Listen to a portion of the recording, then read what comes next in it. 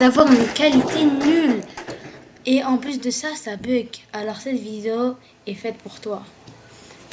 Donc, je vais vous montrer les meilleurs paramètres vidéo.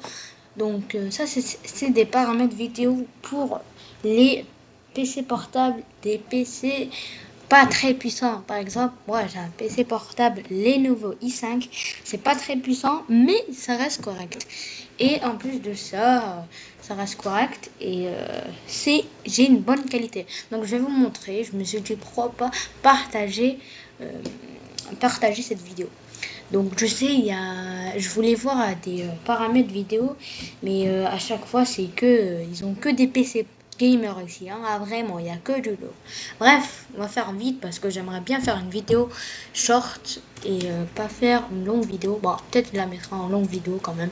Bref, résolution, vous mettez le max que vous avez, mais pour les nouveaux, c'est à peu près ça, 1900 x 1080, c'est pas mal. Après, mode d'affichage, vous mettez plein écran, vous mettez pas sans bord ou quoi, après ça va être nul. 5 vertical, ça vous ne cochez pas. Et vous mettez le confirmé. Après, dans paramètres de base, vous allez mettre je vais pas lire, allez, hein. Vous allez désactiver ça. Ou bien vous pouvez mettre en FXAA élevé, c'est pas mal aussi.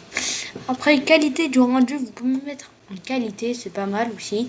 Détail du rendu, vous mettez personnalisé. Sinon, après, si vous mettez haute qualité, ça va vous cocher des trucs. Ça, vous décochez tout.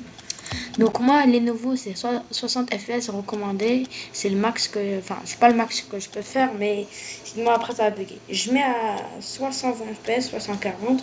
120 fps, ça reste correct. Au moins, ça bug pas. Après, détail des textures. Donc ça, tu mets qualité. Détail du monde, tu peux mettre haute qualité. Après ça, tu mets performance. Et ça, par défaut. Si tu bugs, recopie ces paramètres. Donc tu vas mettre vitesse d'envoi du client forte, vitesse d'envoi du serveur forte, limite de bande passante forte, mémoire tampon d'entrée, ça tu mets en STS. Division de compétition de cette partie, tu peux afficher l'info, ça après ça sert à rien. Bref, ça fait une qualité à peu près comme ça. C'est plutôt pas mal. Moi je trouve que ça reste correct. Après, si vous pouvez investir dans un PC gamer, faites-le.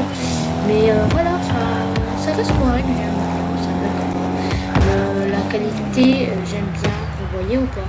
Donc après, si vous n'êtes pas satisfait et que vous avez un PC un peu plus fort, vous pouvez mettre haute qualité. Enfin là, vous pouvez mettre haute qualité et la haute qualité. Voilà. Bon, ce sera tout pour cette vidéo. J'espère qu'elle vous a plu.